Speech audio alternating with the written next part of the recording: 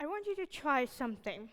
Close your eyes for just a few seconds and put your hands on your nose and your throat like this and say your name out loud. What did you notice? The vibration, the subtle movement, the moment your body joins in before the sound even leaves you. Your voice isn't just sound, it's physical, it's felt. Now turn to the person sitting next to you and say your name again, but this time don't use your voice, only your lips moving. Did you understand each other? For most of us, speech feels effortless, automatic, so familiar that we forget how much is actually happening. I was born with congenital sensorineural hearing loss, which means that I'm severe to profoundly deaf. Learning to speak was never natural for me. I had to learn to assemble my words from vibration, lip movement, from memory, over and over again until meaning finally made sense. This is how I learned to speak, not just through sounds, but through memory. It was exciting, exhausting, and frustrating at the same time. When people meet me and they hear that I'm deaf, they often ask, "How did you learn to speak?" The answer is not that simple. You see, developing speech is not about just repeating and hearing words.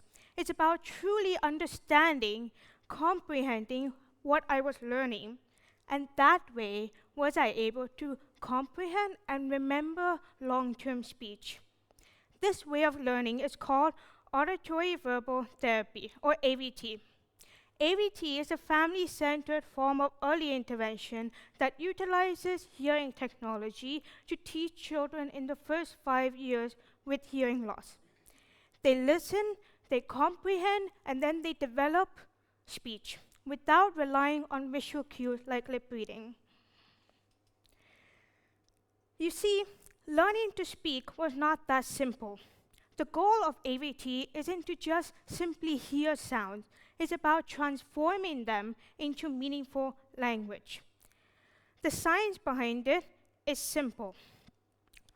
The brain creates strong neural pathways when sounds are connected to emotion, attention, and real-life context. Let me give you an example. Right now, you're sitting in front of me listening to my talk. Suddenly, a phone might ring. Naturally, we will all turn towards it, right? But for me, it's a conscious effort. I have to consciously use my brain, be aware of it. Prisha, what is that sound I hear? Where is it coming from? Is it coming from there or there? This is how I grew up. My mother would train me all my waking hours. She would suddenly stop and say, "Prisha, were you able to understand, comprehend?" This is how I was able to understand what I was speaking.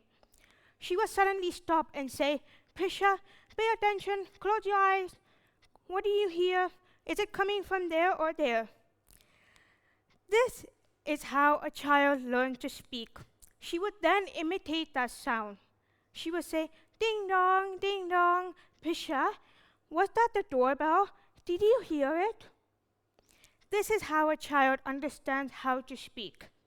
They don't just listen to sound, they notice it, they label it, and then by revisiting them, they're immersing themselves into real-life situations and adapting what they have learned into their own language. My speech therapist, Ms. Alaka Hutlika, trained my mother, Prisha Goyal, speech therapy over 6 years. Together, they taught me voice modulation, intonation, sentence structure, and facial and body gestures.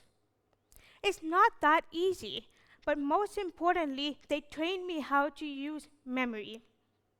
And it's not that simple. Why? Because it requires daily involvement, commitment, and consistency, and constant awareness of background sounds. And the same thing applies to memory, because The brain is not a recording device. It is a construction site. When you experience something, your brain is trying to learn how to comprehend the three things. They pay attention, they create connection, and of course, they create meaning. And this made me realize something bigger. I'm not just learning how to speak. I am learning how to use memory as a tool, because memory is not a passive process. It is an active and creative tool we can use to overcome challenges. And this brings me to my first core idea. Memory only has meaning when it is linked to lived experience. Just like sounds on its own can be meaningless, memory on its own can be empty. Think about it. Why do certain memories of yours disappear while others stick with you? Because these memories are tied to moments that matter. As part of AVT, I had to be constantly immersed into real-life situations through immersive learning. We went to markets, we went to parks, we stood near traffic, and we observed people's actions and behavior. Of course, not in a creepy way. I'm not just staring at you, I promise.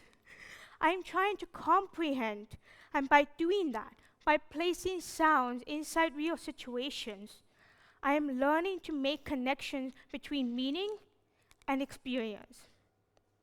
And this is why it is so important for you to constantly be creating connection, because you're localizing where the meaning takes place. Is it over there or there? Then you're adding the meaning to your own memory, and then you create meaning. But context alone isn't enough. Repetition is another key element. It talks about reliving the experience through language. It's not about repeating the words over and over. It's about reliving it. As part of AVT, when something happened in my day, it didn't end there. I talked about it to my parents, to my family, to my friends, over and over again. And I still do it today. I call my parents too many times a day and over-explain everything. And I'm sure you all can relate to that. But why do I do that? Because I'm trying to build clarity. Because the brain thrives on constant connection in the same way.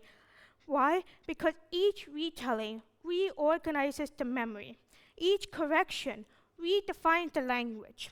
And each repetition builds clarity.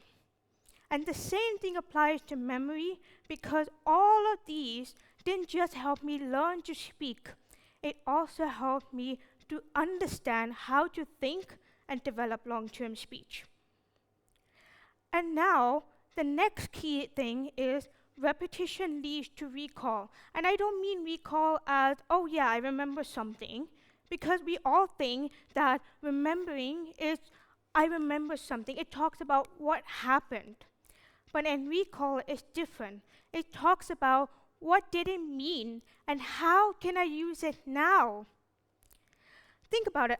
All of you might have had that one thing where you're really trying to focus and really think about, I need that specific information. This is where recall happens. It's not just saying, I remember something happened.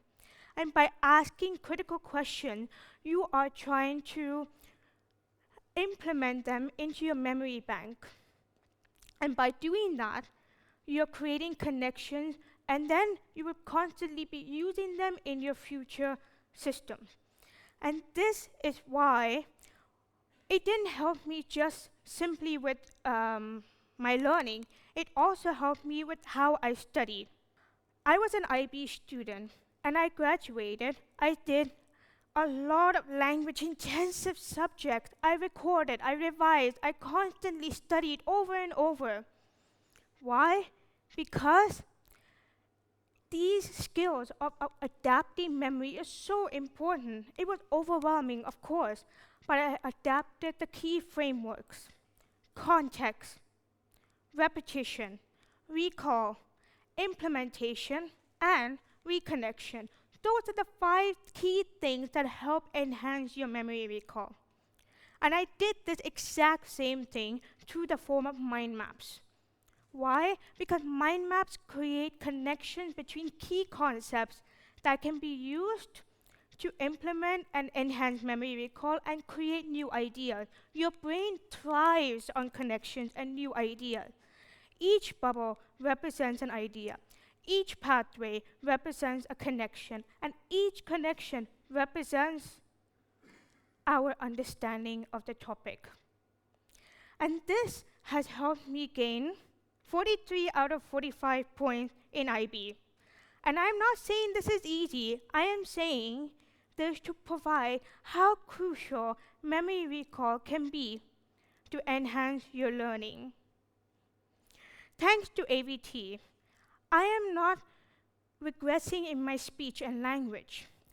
If I hadn't done any of this now, my language and my ability to understand could regress, which could happen at any time, which could happen right now, in fact. But thanks to the fact that I had to keep on talking, keep on reading, which is not a problem. I can keep talking all day, no problem. But all of that just so that I can improve my speech and language and capability to understand. Thanks to AVT, I am now a public speaker, having founded my own forum, Voicemea.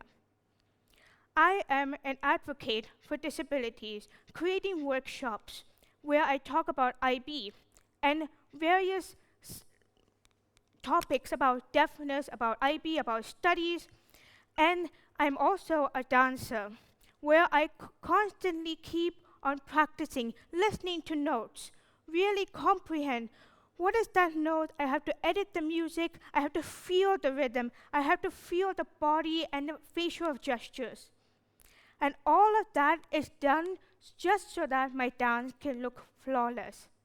I'm not just saying this to provide how great I am and how many achievements I've done.